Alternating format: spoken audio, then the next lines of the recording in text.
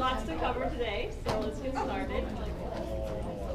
First, before we start, I know what the syllabus says, and I've told some of you guys that I'm not doing any extra credit, but I think I just figured out a way to have you guys help me with something, and then in turn give you extra credit. Okay. So, here's the plan, and I hope it works. I have 5 textbooks that I'm reviewing, potentially to use in future courses, and I would like your feedback on them. One is an alternate atlas. It's Netter's atlas. And so we would compare that to the Gilroy atlas that we have as our atlas. And then there are 3 textbooks for the main part of the class. There's a Netter's clinical anatomy, there's a Gray's basic anatomy, which should be fairly similar to ours, but still you gotta throw in the mix, right? And there's a Gilroy essential anatomy textbook, and then there's Moore's. And they've been recommended to me each by different people, so I want to know from the student's perspective what you think. Okay? I thought I had run out of time to do this, so I was like, dang it, I won't be able to fit it in, but if we can do it quickly enough, I think we can still fit it in. So since I've got 5, that means we've got basically 6 rounds that we need to do to give everyone an opportunity to have extra credit. It would be 10 points, so that's worth a quiz, or that's a decent amount. Okay? And so what we do is I want you to review a chapter, and hopefully each person that reviews the textbook reviews a different chapter. That would be most helpful. And give me 5 points that you like about it better than the current text or atlas, and 5 points that you dislike about it. Okay, and give me some feedback on what it is. Okay, and so then those 10 points that you give me would be the 10 points you get. Yeah, we could do that. You do that? Okay, so here's the catch. You would have to do it within 24 hours. No problem. Okay? Just like right now. Well, each set. So I would give a set, the textbooks out to a set of 5 students. Each of you would go, you'd have 24 hours to review it. Okay? Then we'd pass it off to the next person, 24 hours. So you each have 24 hours to review it. Does that sound okay? Yes. Okay, so we'll start that today. Textbooks are in my Kruger Center office, so I've got a really high-tech sign-up sheet here. Oh yeah. And so what we'll do is just you'll sign up for what date you want the textbook, and then we'll just make sure that we're turning them over, and so yeah, make sure that you get them back to me by class time the next day. Or anything. Yeah, question. So is this extra credit or is this replace a quiz? This would just be straight extra credit. I'll take it. All in favor? No. I don't I want thought you guys might like that. Okay, so as long as you're okay with getting it done within 24 hours, we can do it. I wanted to give you like 48 hours, but there's just not enough time to get everybody through and give everybody a chance. Yeah? Okay, secondary question, which category does this extra credit go into? Overall. Isn't it just overall? Can we pick? Overall. Can we pick? It would be an extra category overall, and just be added on top of whatever your total score is. That's good. Is that satisfactory? I'm just trying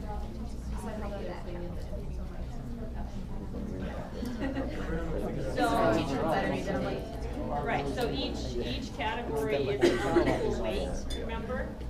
And so there's a certain set number of points you can get for each category. We just add an extra category, that's a maximum 10 points on top of it. And then your total grade for the class will be a percentage of how much of the total points you have. So that way it's not, kind of doesn't disappear into drop quiz or anything like that. It's just you get the full 10 points. Does that make sense? Yeah. Sort of? Did you just say everything's weighted equally? Each category is weighted equally. Yeah, the 30%, the 40%. Okay. Yeah, so each assignment has this weight of its actual point value. That's what I'm trying to say. Whatever. English. It's my first language, but I still won't have it mastered. Okay, cool. So we'll do the sign up thing after class is over, and then the first 5 people will come get the textbooks with me after class. Okay? Do you want like on, I guess we're the weekend that Yeah, so we won't be doing it over the weekend, so the last group each week would be Friday, so I'd get them the textbooks back on Friday and then pass them out again on Monday. That way I don't take up all of the study that you asked for. That, okay? Are we doing like each book 5 likes and 5 dislikes? No, the book that you choose and the chapter of the book that Can you you do choose. more than one book? No, I think I need to limit it to just one book. Just You one can. chance per person. I could get a little out of control. All of the chapters I'll of be all of reviewing them. all the books. That might be a little much. A lot of work. Are you posting? That's true, it really helps. Oh, oh gosh. Okay, so anyways, so after class you can come up, sign up, and then we'll start that the whole day after. Okay? Alright, so let's do some lecture. So we're kind of still in the region of the anterior triangle, the structures that are in that. So we'll start off with the thyroid gland. And we all know it's this interesting butterfly-like shape. So the main lobes are on either side here, and then it's connected by this structure called the isthmus.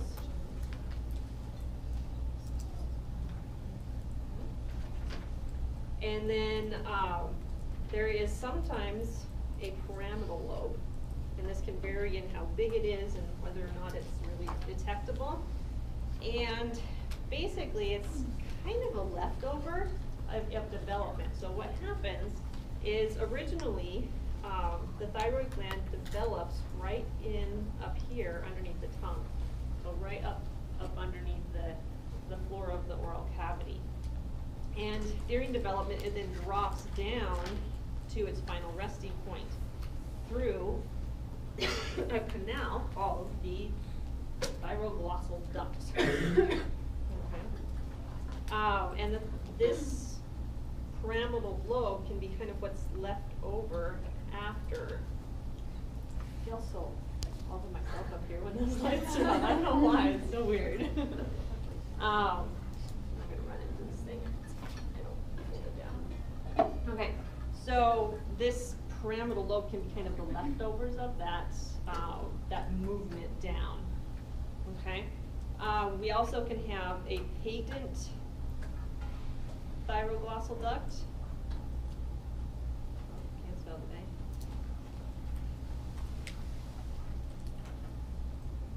Okay, so this would be when that duct doesn't close completely after the later development.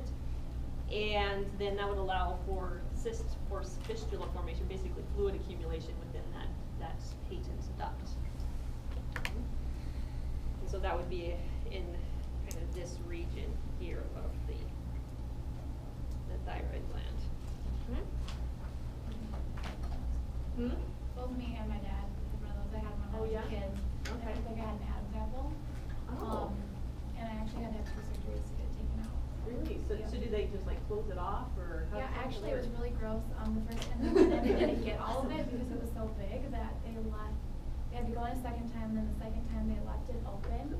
And the sides with like rubber bands sticking out. My mom was like, oh, the easiest person in the whole Oh world. my gosh. They had to like change the dressings every day and stuff just to make sure it like healed up because it got so infected. So Oh, wow. yeah, and then my dad years later as an adult found out he had one too, so I don't know if it's hereditary or whatnot, but I would imagine there is some hereditary for Mhm. because you know those all those developmental things. It's like one little tiny signaling molecule that's not quite normal or whatever, and you have something like that happen. it's just such a funny words and now I'm glad I know that. Like I understand it now. Yeah, that's really cool. Very cool. Okay. So then also we know that the thyroid gland surrounds 3 sides of the trachea. Can you see it there? Here's a transverse image here showing kind of that triangular shape, kind of cross-sectional shape, and then joining at the isthmus there. Okay. That's what I can say about it. Okay, we'll switch to the next slide. Here's the posterior surface of it, so we flip it around. And embedded in it, we have the parathyroid glands. So we have superior and inferior parathyroid glands tucked in there. Have you guys gone over the endocrine chapter in phys yet? Okay. Oh dear. And we aren't gonna have time to, so. Right, so we'll do some catch up next semester. Okay, so here's a little tidbit, does anybody remember from way back in the day what parathyroid glands secrete? Parathyroid hormone. That's a nice easy one, okay? So it produces PTH. Does anybody know what it's involved in? Calcium regulation.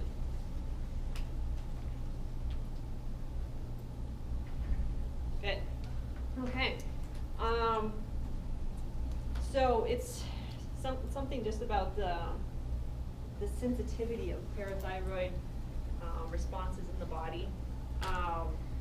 It's a peptide hormone, and so that means basically that it can be a very rapid effect because it's released in quantity from sequestered amounts in the glandular cell. And also, since it's a peptide, it can be metabolized very quickly in the body. So its effects are very quick and fairly discrete. Okay, so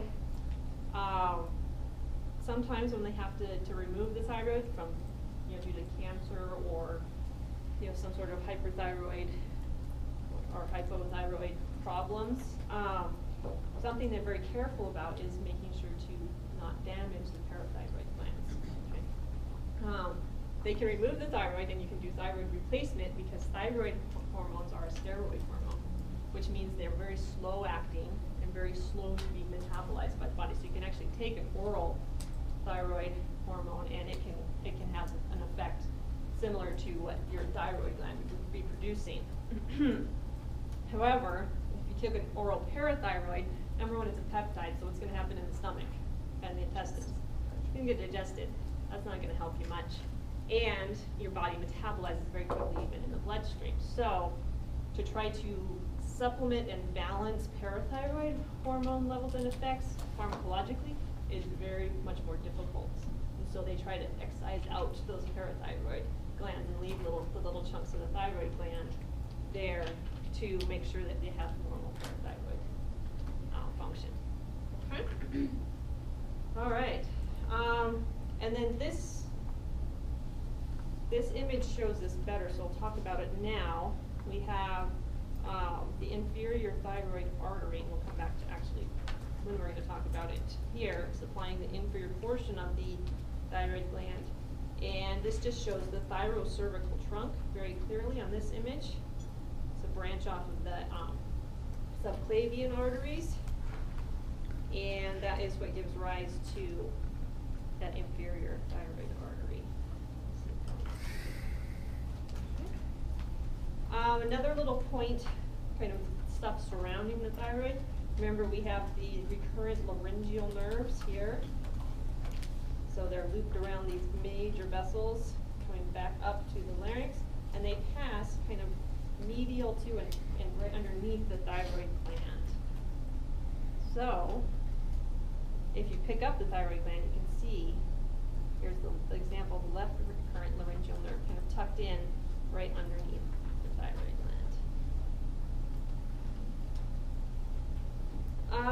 And then there's a particular element that the thyroid gland sequesters and uses in making thyroid hormone. Anybody remember? Particular element, particular iodine. Mm-hmm. So it sequesters, the iodine levels in the thyroid gland are about 20 times higher than the rest of the body. And what they can do is they actually can administer small amounts of radioactive iodine and then be able to image sequestration of the iodine in the thyroid gland. That's what this image is. So this is radioactive. They also can use that, like a larger dose of radioactive iodine, to kill parts of the thyroid gland tissue in cases of hyperthyroidism or potentially trying to do radiation therapy on a thyroid tumor. Okay. All right. Was that everything we're going to talk about this? Yep, I think so. Okay.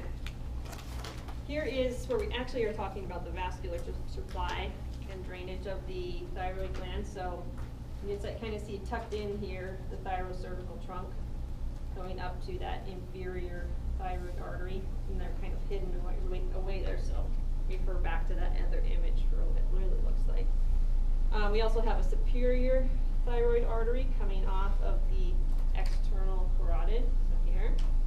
And then we have superior, middle, and inferior thyroid veins that drain the area. So the superior and middle veins come off of the internal jugular here. And then the inferior go right into the subclavian veins. Questions? Make sense? You said superior enters the subclavian. Oh no, the inferior enters the subclavian. Yes, the superior and middle thyroid veins drain into the internal jugular vein. Any other questions? Alright. Where are we at? Or this would be the break. This would be the brachial cephalic vein. I'm silly. Okay. So now let's move to. I know I have this twice. Oh yeah, these guys. Okay. So posterior subdivisions of the, or the posterior triangle has a couple of subdivisions. Again, just be aware of them. Occipital triangle and the omovclavicular or subclavian triangle.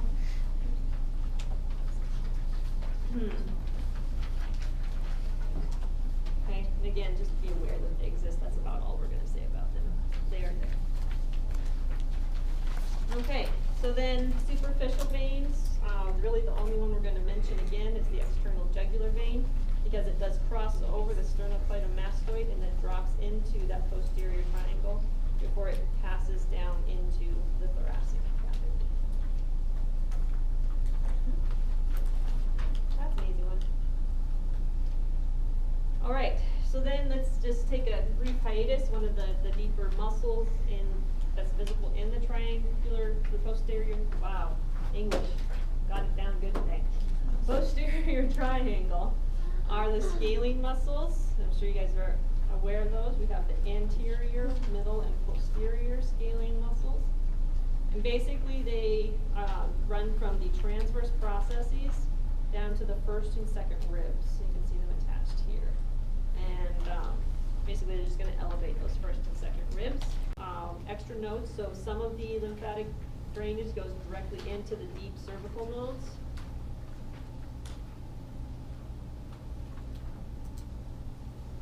But then we also have another group here, the retropharyngeal nodes, that then drain part of the pharynx and then drain into the deep cervical nodes from there.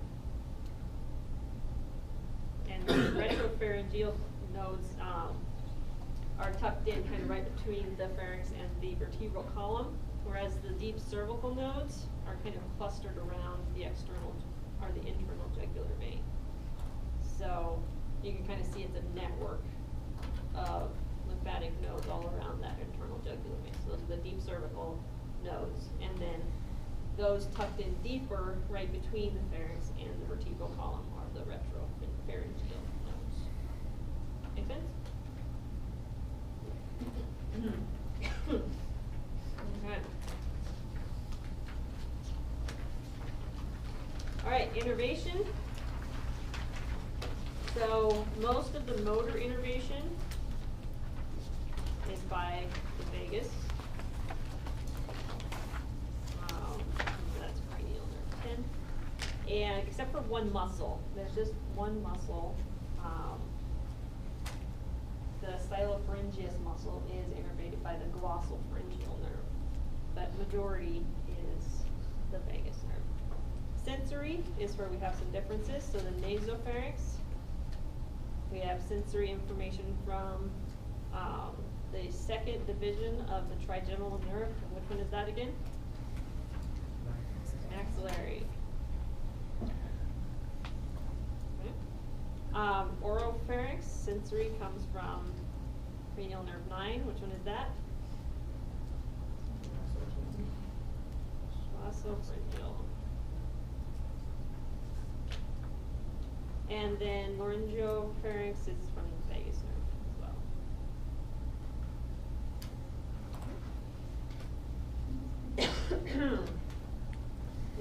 Okay, so that's innervation. All right, so that's the end of the pharynx. Any questions? Everything makes sense? Can we go back over anything? Okay. So then let's transition to the larynx. Larynx sitting just anterior to the laryngopharynx, amazingly enough. A few of the major external structures, so as covering the inlet, we have the epiglottis, that flap of connective tissue there. Then we have the thyroid cartilage sitting underneath that, underneath the hyoid bone, and then the cricoid cartilage. So the cricoid cartilage and the thyroid cartilage are what basically make up the majority of the larynx there. Excuse me. And then below that, we just have the cartilaginous rings here holding the trachea open.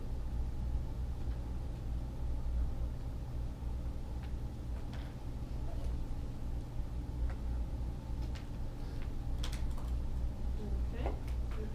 Okay, so then let's look at the cricoid cartilage and the thyroid cartilage a little bit more. I'm just going to point out a couple of structures you should know. So the laryngeal prominence.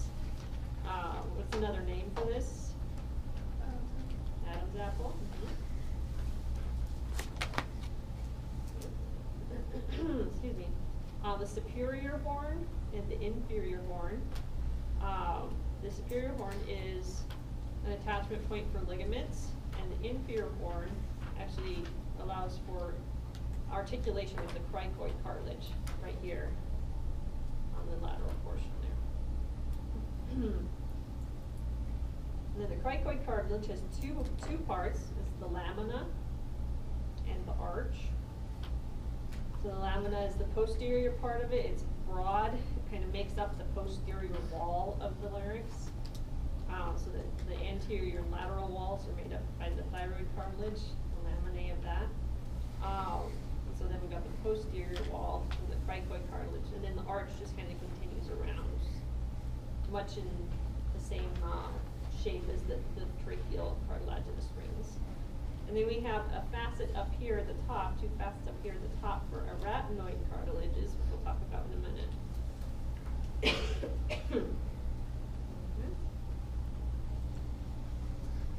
So then let's kind of put it all together. So here's our arytenoid cartilage here. It's kind of a funny little one, funny little shape. It has two parts I want you to know. I want you to know the apex here.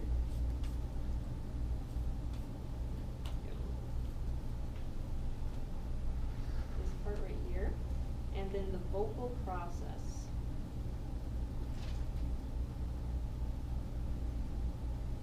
See the vocal process over here, sticking here. Okay. Attached to the vocal process is the vocal ligament. Okay. This is a basically connective tissue cord that attaches to the anterior wall of the thyroid cartilage. From the apex, we have the vestibular ligament attached. And it again goes from the apex of the arytenoid cartilage again to the anterior wall of the thyroid cartilage. Attached to these two ligaments are some membranes, basically sheets of connective tissue. So attached to the vestibular ligament is the quadrangular membrane here.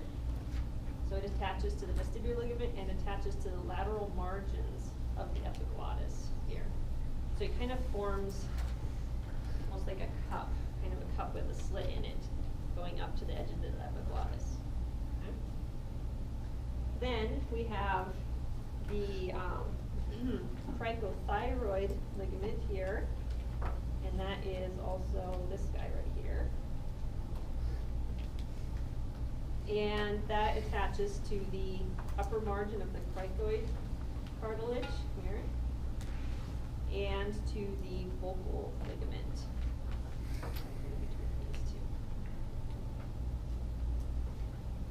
Once we have mucosal membranes tucked in around the cricothyroid ligament and the vocal ligament.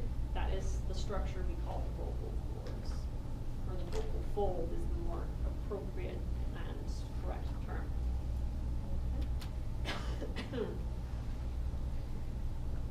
Does this all make sense? Good? Okay. So then, whole point of these arytenoid cartilages here is to move the vocal ligaments and also the vestibular ligaments. And this is the mechanism basically of how we change pitch of phonation. We can close off the larynx, we can open it up wider. That's the control mechanism there. So there's a couple of motions. So the arytenoid cartilages can rotate medially and laterally. And they also can slide medially or laterally. So when they slide laterally and rotate laterally, we're going to be pushing the vocal ligaments out further away from midline, increasing the space between them. When you slide the arytenoid cartilages medially and rotate them medially, that'll bring the vocal ligaments together at midline, and that would then close off the inlet for the larynx, so close off that space. The same is true for the vestibular ligaments. The same thing is happening when those arytenoid cartilages move. Make sense? Questions? There's muscles that belong those together? Yes. Yeah, so there's a bunch of muscles. I think it's on the next slide, actually. Yep, look at that. Here's some muscles. So all of these muscles here focus on moving, positioning the arytenoid cartilages correctly. So just be aware that they exist. We're not going to talk about their specific actions or anything, because that's hard to know. Not necessary. So we have arytenoid muscles, we have cricoarytenoid muscles. That's the ligament. There we go. And these are the ones that move the arytenoid cartilages. And I'll just point out one more, the vocalis muscle. And this basically adjusts the tension of the vocal ligaments. And that the positioning of the vocal ligaments and the tension in them is what changes pitch in phonation. And then we have the cricothyroid muscle, which attaches from the cricoid cartilage up to the thyroid cartilage. It basically allows for movement of that cricothyroid joint and allows the thyroid cartilage to either elevate or depress as necessary. It helps with that. Okay. Any questions about that? Does that make sense? Okay, so next time we'll continue on with the larynx and put some soft tissue over on top of this framework and make some vocal cords.